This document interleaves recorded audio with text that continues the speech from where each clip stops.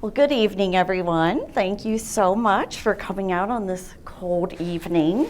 So the first thing I want to point out is that the traditions that we are so familiar with, the Christmas traditions we're so familiar with, are relatively new. Christmas traditions of early America were much more in line with those of our pagan ancestors.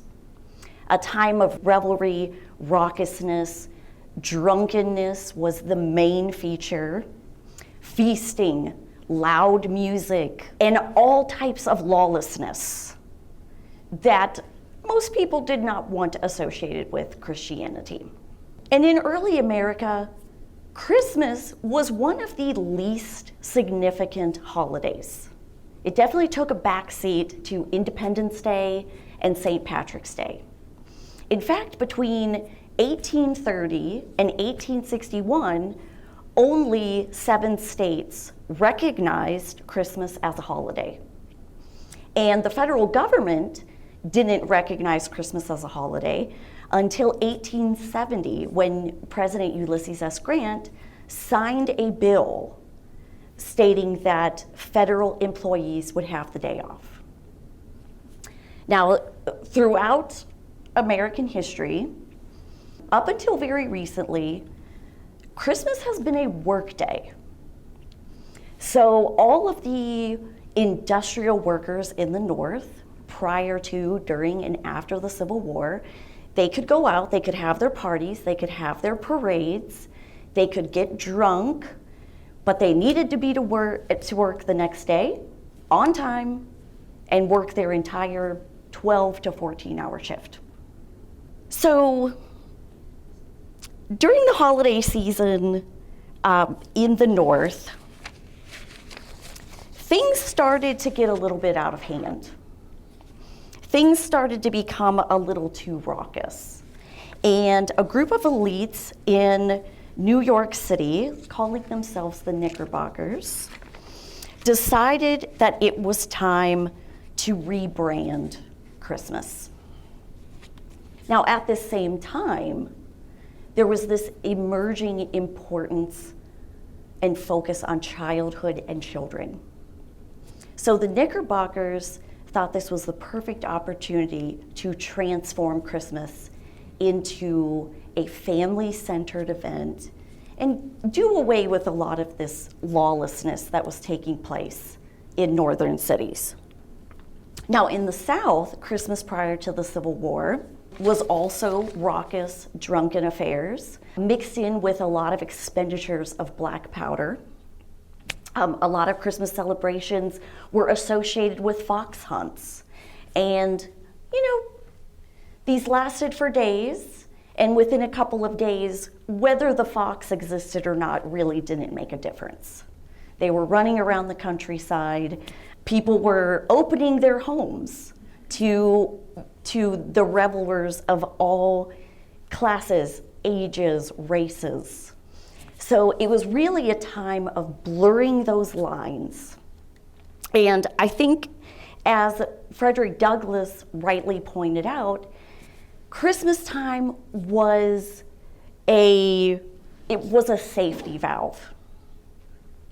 It was a time to allow the poor working people and enslaved people the opportunity to kind of let go of the rules, let go of the restraints, so that maybe they would be less likely to want to rebel against their masters the rest of the year.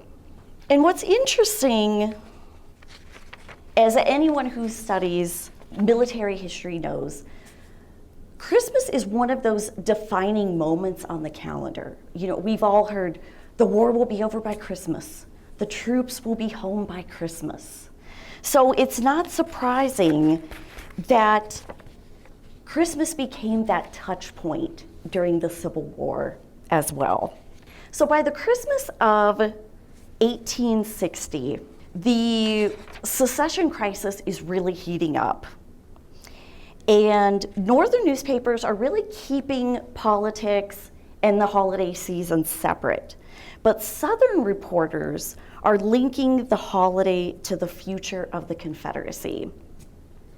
So, for example, in Connecticut, Governor Buckingham declares December 22nd a day of fasting and prayer. But according to the Dallas Herald, the recurrence of Christmas at this crisis seems to be symbolical of the birth of a new and great people, as it is the anniversary of the birth of the Savior of mankind. We trust that we may, as a people, be a light, a bright and shining light to the nations of the earth as the home of liberty, science, and Christianity. In contrast, the Arkansas Gazette out of Little Rock prophesied, while the festive season has brought joy to some, it has brought sorrow and sadness to many. The good old ship of state, freighted with our political fortunes, which heretofore has steered clear of shoals and quicksands, has been driven by the storms of fanaticism into the very breakers of destruction. That she may escape without being wrecked, that we may escape with our lives and our honor, is the prayer of the patriotic, to which let all say amen. And you'll notice that this illustration was created by Winslow Homer, who was actually an illustrator on the staff at Harper's Weekly. And I am particularly fond of Harper's Weekly because Thomas Nast, the most prolific and amazing political cartoonist of all time, was employed by Harper's Weekly. But also, Harper's Weekly had the largest circulation during the Civil War, North and South. Unlike most newspapers who lost subscribers, Harper's Weekly gained subscribers during the war. And once Thomas Nast came on the staff in 1861,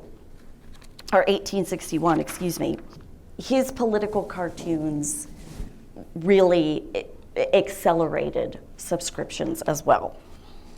Oh, sorry, this is Winslow Homer. Apologies, that was an unknown artist. So Christmas of 1861 was a time of optimism for Southerners who had defended their sovereignty. But in the North, holiday celebrations occurred under a cloud of gloom, as Union armies had not put down the rebellion. President Lincoln and his cabinet spent the day discussing the Trent Affair, which was the interception of the USS San Jacinto and the HMS Trent, where they arrested 2 Confederate emissaries on their way to England.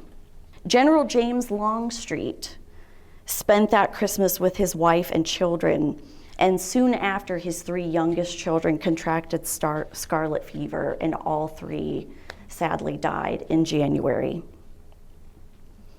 On Christmas Day, W.H. Flint of the 2nd Vermont Artillery and Henry McDonald of the 6th New Hampshire Volunteers left for the front.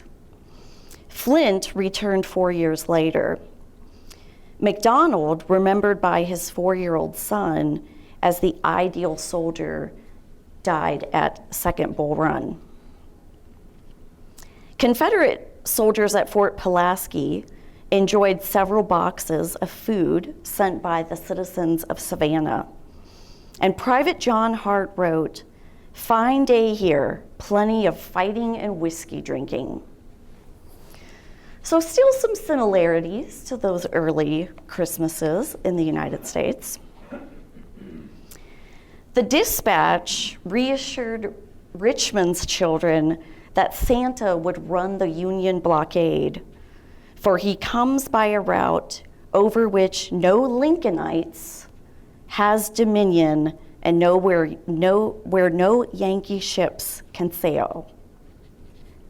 As 6-month enlistments started to expire in December, Many of the men opted to go home instead of re-enlist. So several enterprising officers moved their regiments as close to their hometowns as possible to encourage men to come back after the holidays and re-enlist. Future President Major Rutherford B. Hayes wrote a letter to his wife wishing her and, quote, the little stranger, his 4-day-old son, a Merry Christmas. Second Lieutenant Robert Gould Shaw of the 2nd Massachusetts, wintering near Frederick, Maryland, wrote his mother an amusing description of guard duty on Christmas Day. Quote, "It began to snow about midnight, and I suppose no one had better chance of seeing Santa Claus. But as I had my stockings on, he probably thought it not worth his while to come down to the guard tent. I didn't see any of the guards' stockings pinned up outside their tent, and indeed, it is contrary to Army regulations for them to divest themselves of any part of their wardrobe during the 24 hours. In a letter to his 3 children from Manassas, dated December 18, 1861, Georgia volunteer Josiah Patterson expressed concern that Santa may not visit his children this year. Quote, "I must try to get the old fellow to call and see you, if I am so fortunate to see him before that time, but he may be afraid of soldiers and keep out of my way." Sergeant Henry G. Orr of the 12th Texas Cavalry reported that the 4th Texas Cavalry was up before dawn on Christmas morning, anxious to partake in the ration of holiday whiskey purchased by the regimental officers. Just 1 year after proclaiming secession, the birth of a new people, the Dallas Herald offered this description of the holiday season. But in reality, the times are sadly changed in places, and although we are freed here from the pressures of the enemy, there are places in our beloved Confederacy where Christmas will be shorn of half its holy memories, and the heart closed against the softer emotions that usually obtain at such a time. Deserted homes and darkened firesides, the silent festive halls and blackened ruins now usurp the blithesome and gay scenes of old Christmas. And many a little pair of stockings, instead of hanging for Kris Kringle's present, perhaps now but barely cover the little red and frostbitten feet of their owners. And the mistletoe bough hangs untouched and unhonored in its parent stem, moaning in the cold air of winter over the hard hearts of men. The Daily Chronicle and Sentinel of Augustus, Georgia, reported a very different Christmas. Christmas Day passed off quietly in this city and vicinity, save the gunpowder demonstrations by the young folks. The celebrating did not amount to much. There was abundance of presents bestowed upon the little ones, and many family has its pleasant episode of talk in and after times. On December 30th, the Charles Mercury offered an optimistic report on Christmas in Richmond. "We are not perhaps so well off as we might have been, but are intact as a nation, and after many months of war with a people much superior to ourselves in numbers and resources, have proved our ability to maintain our independence. Of course, there were eggnog parties all over town last night. It was the custom of my ancestors," said a friend, at whose foaming bowl your correspondent presented himself, "and I intend to keep it up, whether I am able or not, war or no war. Military Christmas gifts are all the go among children, judging from the number of little boys in the streets this morning with drums swung from their necks." This is Thomas Nass, first depiction of what would evolve to become the Santa Claus we know today. And this image is one of those emotional, patriotic, symbolic illustrations that Thomas Nast is so beloved for. As you can see, Santa Claus is in a Union camp delivering presents to the soldiers, toys, socks, scarves. It's probably a little hard to see from where you're sitting, but Santa's actually dangling a noose with Jefferson Davis. So there's no questioning whose side Santa Claus is on. So at this time, Nast is responding to the traditions that the Knickerbockers had introduced about 30 years before. And he's building upon Clement Moore's elusive Santa Claus in 'Twas a Night Before Christmas. Nast is transforming Santa into a giant of a man, someone more approachable, and he's really creating a symbol for a growing nation searching for a uniquely American identity. Nast, over the years, his Santa also reflects his personal life. As his family grows, his portrayals of Santa Claus take on his persona. So eventually, Santa will have his large curled mustache, almond-shaped eyes, and his children will actually recognize their father in his depictions of Santa Claus. By Christmas of 1862 also, Americans they had no delusions about what the war would be. They had lived through Fredericksburg, Shiloh. They knew the carnage.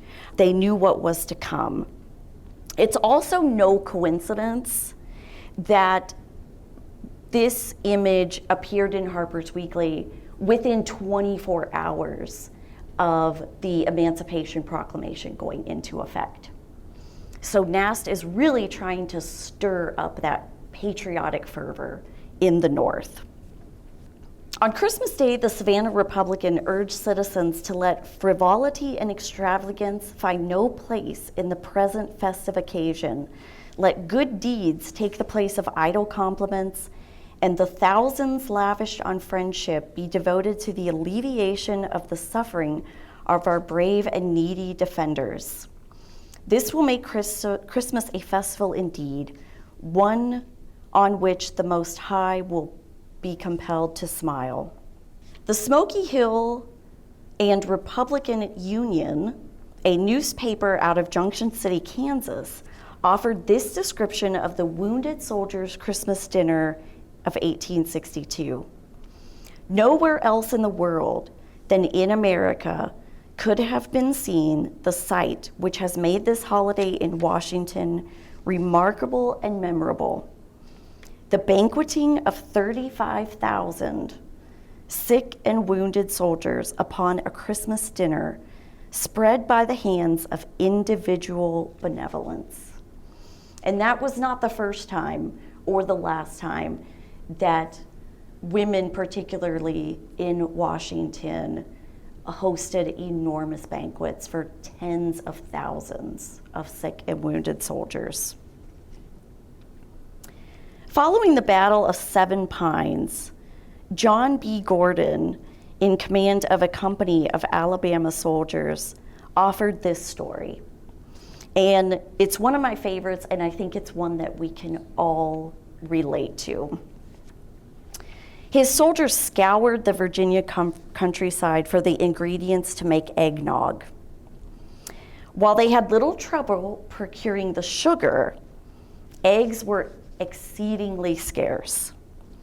At last, the delicious potion was ready. All stood waiting with their cups in hand. The servant started toward the company with a full foaming bowl, holding it out before him with almost painful care. He had taken a few steps when he struck his toe against the uneven floor of the rude quarters and stumbled. The crockery scattered, and the aroma of the wasted nectar marked the melancholy wreck of the soldiers' Christmas cheer. I added this one in at the last minute because I just think it's so remarkable. And unfortunately, I could not find an image of it without all of the notations. But this is a really good example of Thomas Nast's political wit, his devotion to the Union cause, and his willingness to be completely brutal when he needed to. So this is the Christmas tree of the Federal Army, and the tree is decorated with banners of Union victories and the corpses of Confederate generals. So definitely one of Nast's more interesting and brutal images, but surely one that would have delighted soldiers in the field. Christmas Eve is one of Nast's quintessential vignettes that he will become famous for. In the center, you have a family separated by war. The wife is at the window praying for her husband's safe return. The husband looks longingly at photographs of his family. Then in the upper corners, you have these whimsical visions of Santa Claus at the chimney, riding off in his sleigh. And then at the bottom, you have a snow-covered camp, the gravestones, the tattered flags on the ground, the ships at sea navigating the storm. And I know these are hard to see from this distance, so I really encourage you to look up Thomas Nast's illustrations. You will not be disappointed. There's really so much to see in all of them.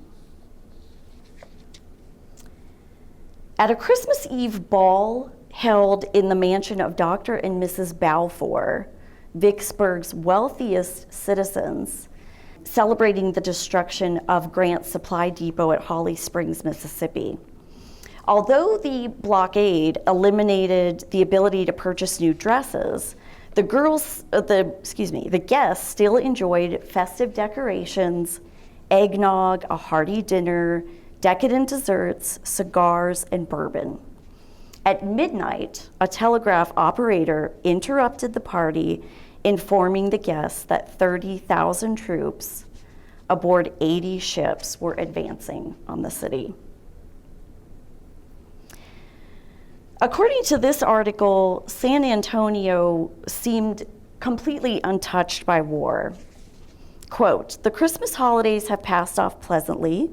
The young people have enjoyed themselves at social parties. Eggnogs, cakes, and wines have received a due share of attention, and powder enough has been burned to kill 1,000 Hessians.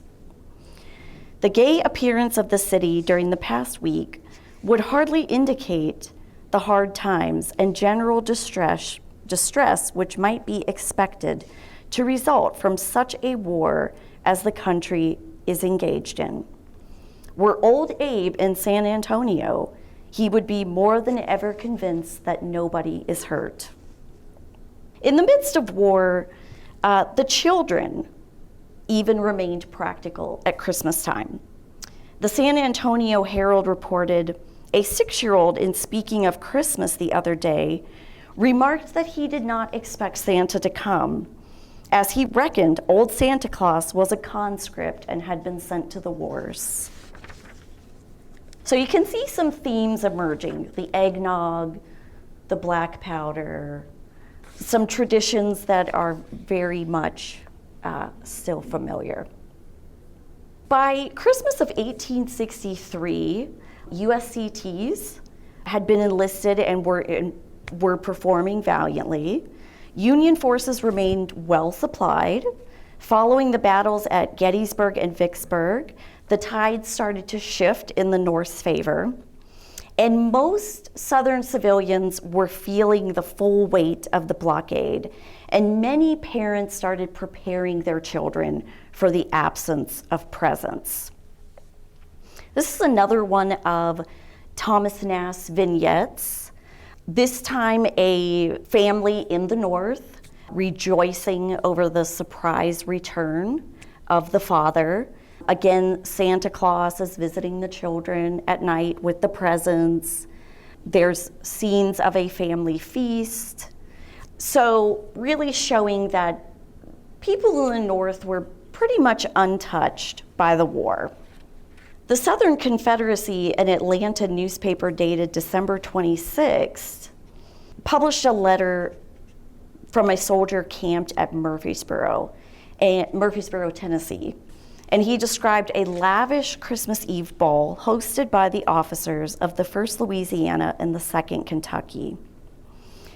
Decorations for the magnificent affair at the courthouse included 4 large bees constructed of evergreens for Beauregard and Bragg of Louisiana and Buckner and Breckinridge of Kentucky. Over the windows were the names of Pensacola, Donelson, Shiloh, Santa Rosa, and Hartsville, all enwreathed by cedar. There were several American flags on display that had been captured by John Hunt Morgan's men. A letter from Fredericksburg to the editor of the Savannah Republican, dated December 27th, offered a far more grim description of the holiday. Quote, "Christmas is with us, but she came clad in dark weeds of death. The land is wrapped in gloom. The grand nativity, in which all should give a free hand to fellowship and goodwill, is welcomed with rivulets of blood. The shout of the victor is mingled with the wail of sorrow for those who have bought it with their lives. Such is the decree of fate for our land and the directing of an inscrutable providence." In 1862, the Savannah Republican urged citizens to alleviate the sufferings of soldiers. Note the drastic change by the Christmas of 1863. A Merry Christmas? Ah, no. We cannot find it in our heart to utter such a wish in these solemn times. We are dealing with the fearful realities of blood. We are in the midst of a revolution, and the angel of death and desolation stalks abroad through the land. Nearly every household in the land is clad in mourning for dear ones departed. Want and distress extend their bony arms and embrace thousands upon thousands of a once happy and contented people. Avarice wields its mighty scepter among us and bring low the widow and orphan. The naked shoulders of our brave troops are bared to the rude blasts of winter, and their shoeless feet crimson the frozen earth on the battlefield and the march. This is no time for rejoicing, no present making. The sun of 1863 goes down in blood. We hope nobody will have or desire a Merry Christmas. And that is some startling imagery. I really wish newspaper reporters still wrote like that. You can imagine the kind of effect that would have had on people at the time.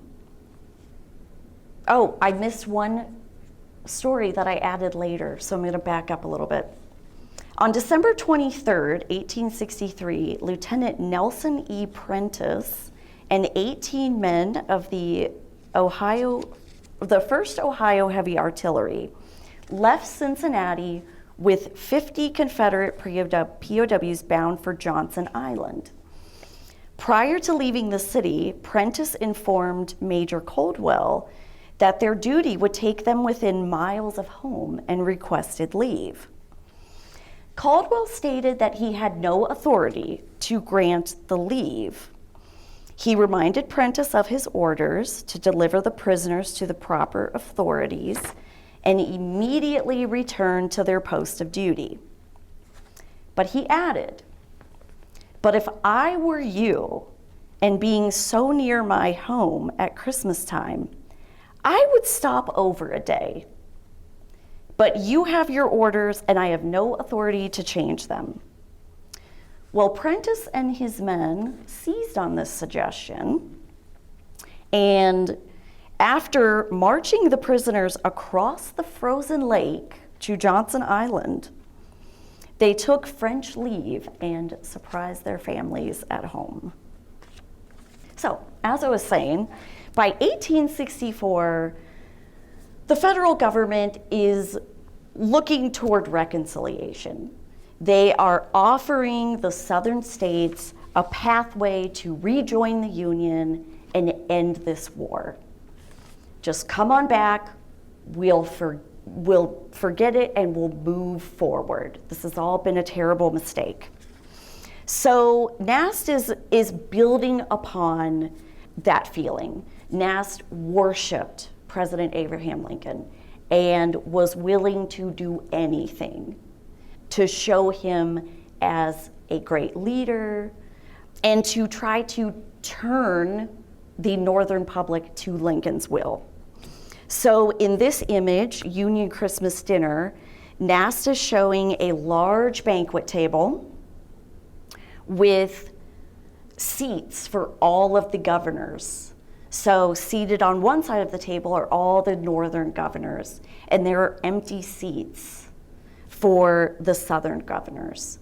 And Lincoln is saying the door has been open to all of you for a year. It's time to come back to the banquet of the United States and make this Union whole again. And Nast is also using little vignettes in the corners to evoke patriotism, but also scenes from the Bible. There's a illustration of the symbolic figure of victory backed by the American eagle. She's offering an olive branch to a submissive Southern soldier. The forgiving father from the biblical parable embraces his son, and he's forgiving him for his past rebellions. Under a tattered American flag, ordinary soldiers of the Union and Confederacy are reuniting happily as friends. General Robert E. Lee is bowing respectfully and offering his sword of unconditional surrender to General Ulysses S. Grant. I'm not exactly sure if Nast anticipated the Southern response to that, but at this time, the Confederacy was in no mood to reconcile. So these images would have been seen as pretty much taunting. In fact, years ago, I gave a presentation on Thomas Nast to a chapter of the Sons of Confederate Veterans in Tennessee, and they were appalled that Nast was not captured and hanged. It got a little tense for a while. I was quite shocked. So Nast really did evoke those kind of emotions. And by this point in the war, although Nast is still illustrating battle scenes, he could no longer go to the front because there were Southerners hunting him for these powerful images and that he was sharing with the public North and South. So in the accompanying article in Harper's Weekly, it is declared, "It is a merry Christmas, although the cloud of war yet rests upon the land. It is merry because the great gale of victory parts the cloud and gives glimpses of the heaven of peace beyond. It is merry because every man feels now that the people are able to subdue the rebellion.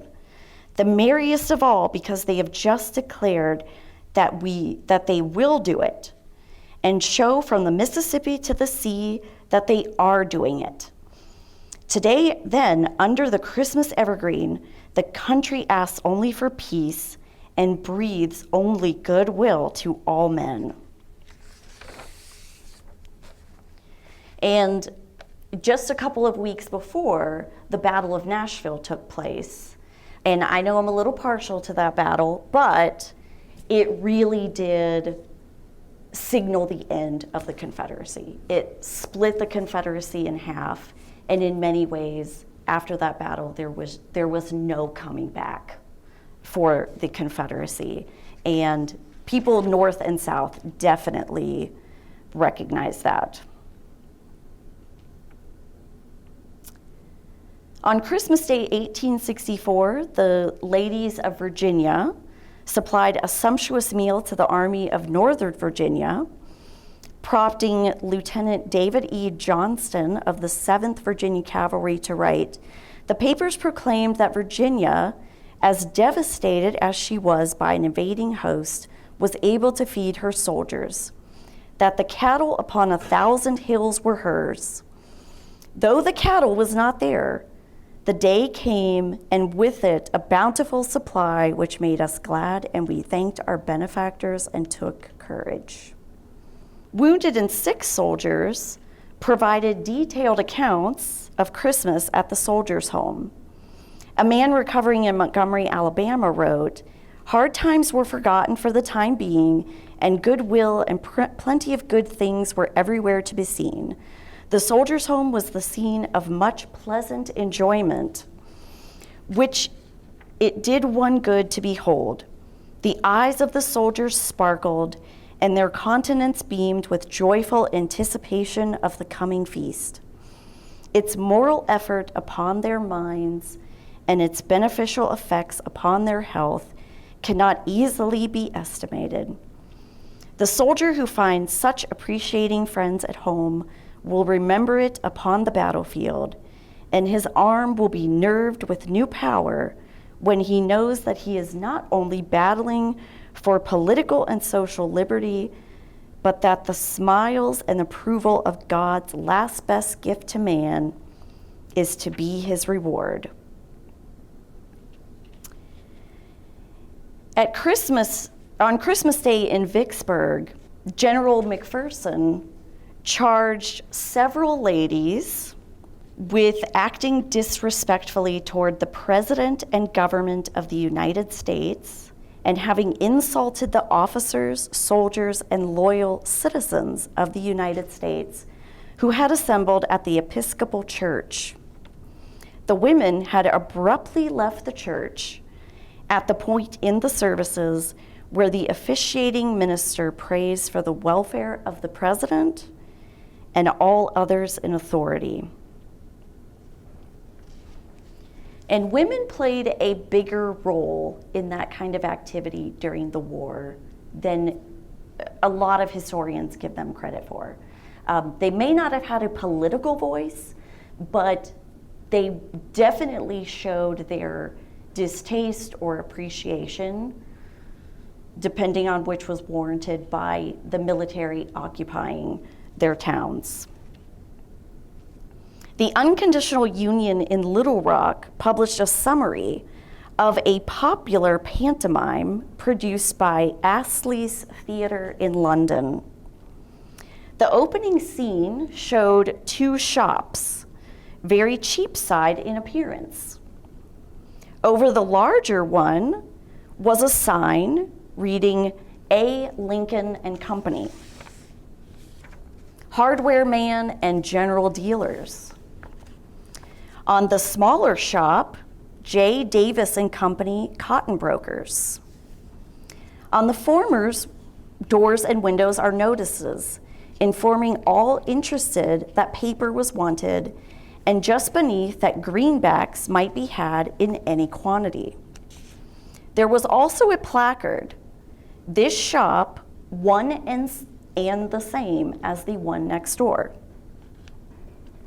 On the shop of J. Davis and Company, the most prominent placard stated, "No connection with the concern next door."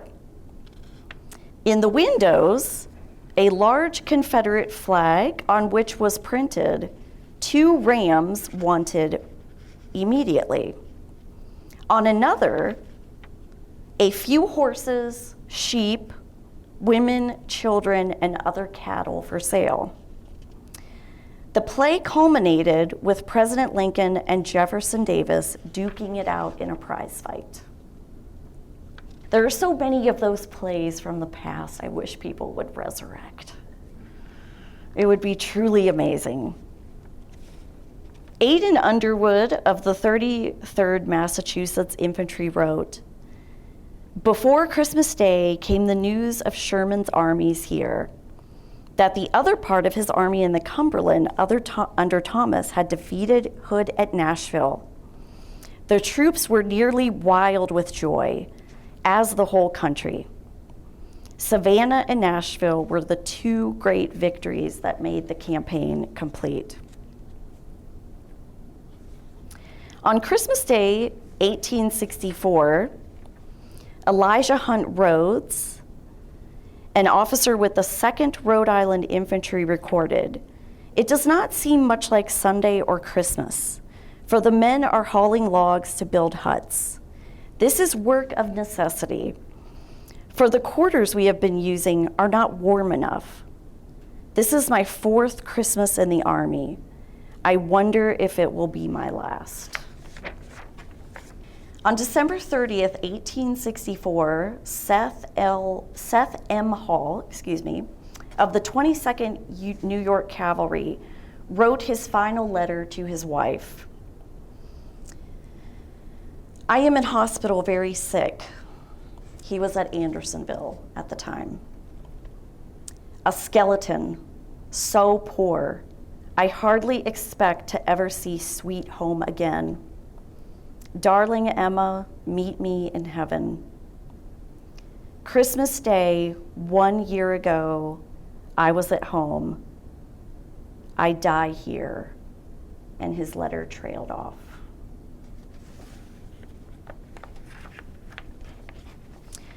On December 22nd, General Sherman wrote to Lincoln, "I beg to present you as a Christmas gift the city of Savannah with 150 heavy guns, plenty of ammunition, and about 25,000 bales of cotton."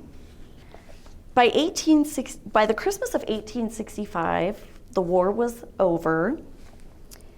The country was looking toward peace and reconciliation. Nass published another illustration of vignettes. Of course, Santa is the focal, a very cheeky Santa giving a wink, as if to say, "A Merry Christmas to all, is it really?" Other vignettes include children with their Christmas presents, a Christmas ball, but most striking is the vignette at the bottom, which features a play entitled Ulysses the Giant Killer, and the general is surrounded by the oversized severed heads of Lee, Longstreet, and Johnston, serving as a direct reference to the war. So you have to wonder, is Nast himself really looking toward peace and reconciliation? On December 6, 1865, the 13th Amendment abolishing slavery raised a multitude of hopes, fears, and questions. Former slaves believed that the old plantations would be partitioned off and given to them as Christmas gifts. Planters and former slave owners believed that African Americans, emboldened by alcohol and encouraged by federal troops, would revolt and slaughter their former masters. Newspapers across the South reported foiled plots, and although isolated confrontations occurred, an organized revolt did not. In reality, freedmen were just enjoying the idleness of the season as they always had before. Following the Civil War, Thomas Nast made the North Pole Santa Claus's permanent residence so that no nation on earth could claim him. It was important to him that Santa Claus was this independent figure that any country could use.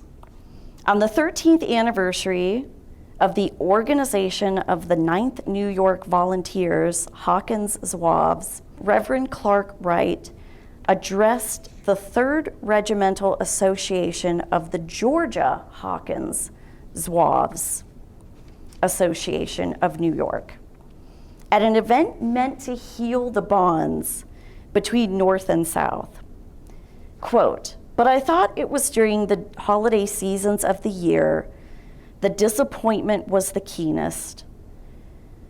When the little homespun stocking hung on the chimney place at Christmas, when your integrity was put to the test to devise so the deprivations you were enduring should not be felt by the little ones around the fireside. Aye, you might have told them that Hawkins Zouaves had waylaid Santa as he was coming through the line. You might have told them Noah's Ark with its menagerie, the jumping jacks, wagons, and dolls had been captured by the Yankees. And it might have been true. But it could not soften the feeling of regret in your heart that at the holidays' holiest season of the year, Christmas time, you could not give your little ones the best the world afforded." So after the Civil War, Thomas Nast started really fleshing out his Santa Claus, and people started building upon that image. Throughout Thomas Nast's career, he created a huge body of work consisting of more than 2,000 cartoons and illustrations that appeared in Harper's Weekly alone. And Thomas Nast's work was published in a multitude of publications, including some that he started himself. He was the first to associate the elephant with the Republican Party. He popularized the Democratic donkey.